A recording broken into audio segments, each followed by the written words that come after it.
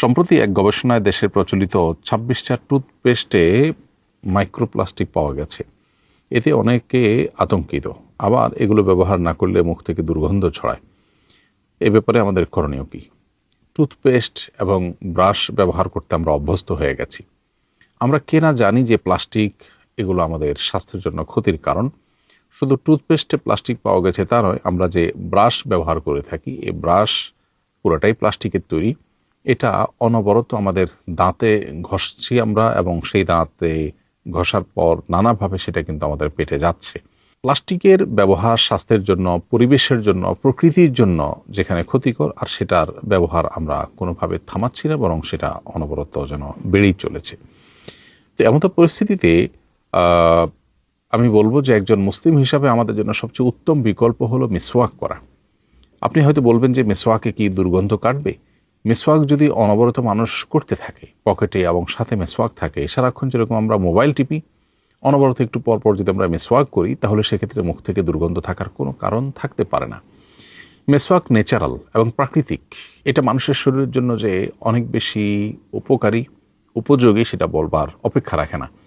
মিসওয়াকের সাথে ইমানের একটা গভীর এবং নিবিড় সম্পর্ক আছে। নবী করিম সাল্লাল্লাহু আলাইহি ওয়াসাল্লাম বলেছেন, লাউলা আশুক্কা আলা উম্মতি, যদি আমার উম্মতের জন্য খুব কষ্টকর হবে এমনটি আমি মনে না করতাম, লা আমারতুহুম বিসওয়াকি ইনদা কুল্লি সালাতিন ওয়া ফি রিওয়ায়াতিন ইনদা কুল্লি ওযু, তাহলে তাদেরকে প্রত্যেক নামাজে, আরেকবার আসছে প্রত্যেক ওযুতে মেসওয়াক করার নির্দেশ জারি করে দিতাম। তো এই জন্য মেসওয়াকটা আমাদের বেশি বেশি করা উচিত, বাচ্চাদেরকে অভ্যস্ত করা দরকার। আমরা যদি মেসওয়াক নিয়মিত করি, 5 ওয়াক্ত নামাজে যদি 5 বার আমরা মেসওয়াক করি, এরপরে নবী করিম সাল্লাল্লাহু আলাইহি ওয়াসাল্লাম আরও যে সমস্ত সময়গুলোতে মেসওয়াক করতেন, যেমন বাসায় প্রবেশের সময়, খাবারের আগে পরে, বিভিন্ন সময় যখন মেসওয়াক ব্যবহার করতেন তিনি, সেগুলোকে অনুসরণ করে যদি আমরা মেসওয়াক করি, তাহলে সেক্ষেত্রে মুখে দুর্গন্ধ থাকার কোনো কারণ থাকতে পারে না। এই জন্য আসুন মেসওয়াকে অভ্যস্ত হই, পকেটে মেসওয়াক রাখি এবং বাসাবাড়িতে মেসওয়াক রাখি। কোনো কারণে ব্রাশ করতে হলেও অবশ্যই আমরা হেলদি টুথপেস্ট ব্যবহার করার চেষ্টা করব।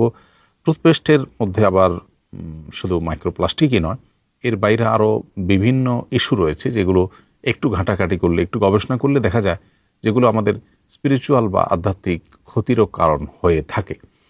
এই জন্য মেসওয়াকই হলো আমাদের জন্য সর্বোত্তম বিকল্প। টুথপেস্ট ব্যবহার করতে হলে সবচেয়ে উপকারী এবং আমাদের জন্য কোনো প্রকার ক্ষতিকর নয়, এরকম জিনিসগুলোকে, এরকম টুথপেস্ট এবং ব্রাশ যথাসম্ভব বেছে সেটা ব্যবহার করা দরকার। আর ধীরে ধীরে মেসওয়াকে অভ্যাস আমাদের বাড়ানো দরকার।